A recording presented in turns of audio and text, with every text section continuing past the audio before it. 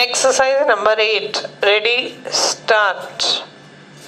Based on our experience and understanding of global environment today, that sustainable development at the national level cannot be pursued in isolation. Quality of life of the nations today as also in the future depends to very large extent on the policies and actions that the fellow nations of the world pursue. Against this background, new partnerships have to be established for conservation and sustainable development while ensuring equitable distribution of technology and social advancement. Promoting these partnerships require making the most of the diverse bunch of knowledge, skill, perceptions, and of assets belonging to a wide cross section of nations and societies.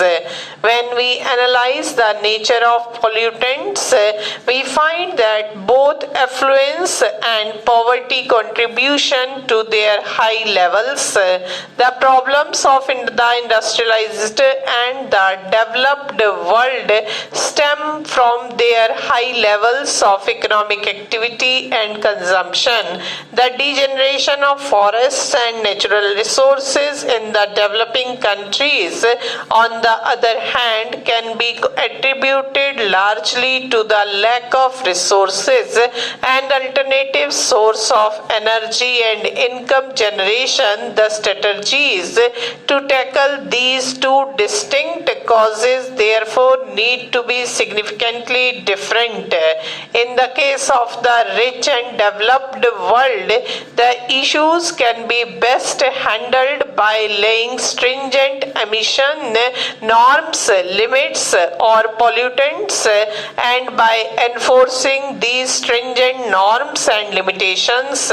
However, for the developing and the underdeveloped world, the best approach would be to put into place an incentive structure that would encourage conservation and discourage the scavenging of nature without compromising economic development and rapid elevation of poverty. For the developing countries, we should make concerted efforts to facilitate and promote adoption of environment-friendly techniques of production and also undertake far greater measures to disseminate information about ill effects of polluting forces as part of production and also undertake far greater measures to disseminate information about ill effects of polluting forces as part of international efforts to contain the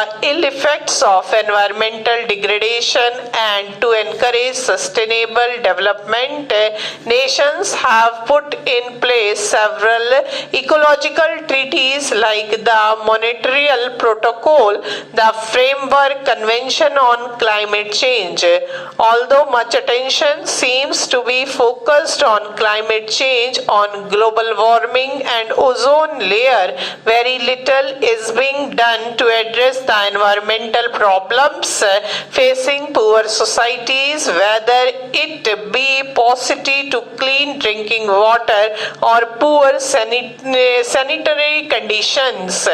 Let me reiterate that if we are committed to successfully address the challenges of sustainable development and hence of environmental conservation, then it will require an international movement the like of which has never been seen before. It will require effective integration of the sporadic efforts being made by the different players, whether it be international organizations, national government or non-government as such. However, for the developing and the underdeveloped world, the best approach would be to put put into place an incentive structure that would encourage conservation and discourage the scavenging of nature without compromising economic development and rapid elevation of poverty. Stop.